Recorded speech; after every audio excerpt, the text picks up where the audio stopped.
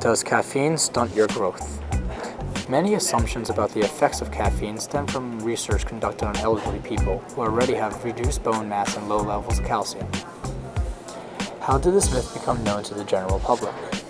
Like most old wives' tales, no one really knows exactly how this myth became known to the general public.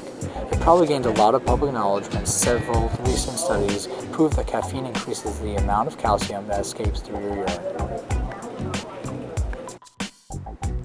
Milk and other calcium-rich foods are a must-have in kids' diet. After all, calcium is a key building block for strong, healthy bones.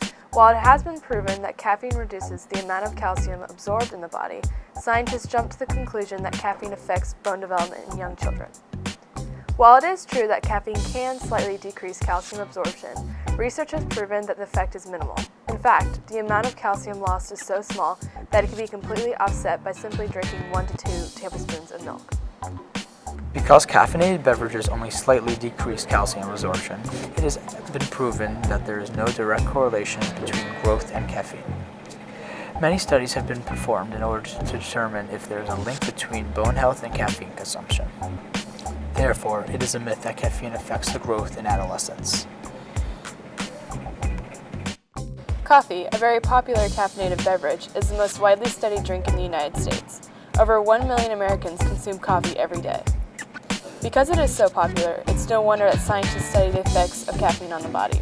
If there were health concerns associated with caffeinated beverages, the impact of it would affect a large amount of the population. In addition, the future of children's health is very important to society. Due to the increase in availability of caffeinated beverages, it's important that we take the proper steps in determining if these drinks are safe for our kids. Even though it has been proven that caffeinated beverages does not affect growth, there are still other possible health concerns. Other questions must be addressed when we are thinking about the risks of caffeine consumption in youths. Are there any other side effects associated with the consumption of caffeine in adolescents?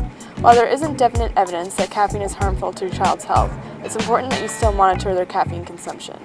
Caffeinated beverages often contain empty calories, calories that don't provide any nutrients, and children who fill up on them don't get the vitamins and minerals that they need from healthy sources, putting them at risk for nutritional deficiencies. Drinking too many sweetened caffeinated drinks could also lead to dental cavities and the erosion of tooth enamel from acidity. Is there such thing as overdosing on caffeine, and what side effects come from it?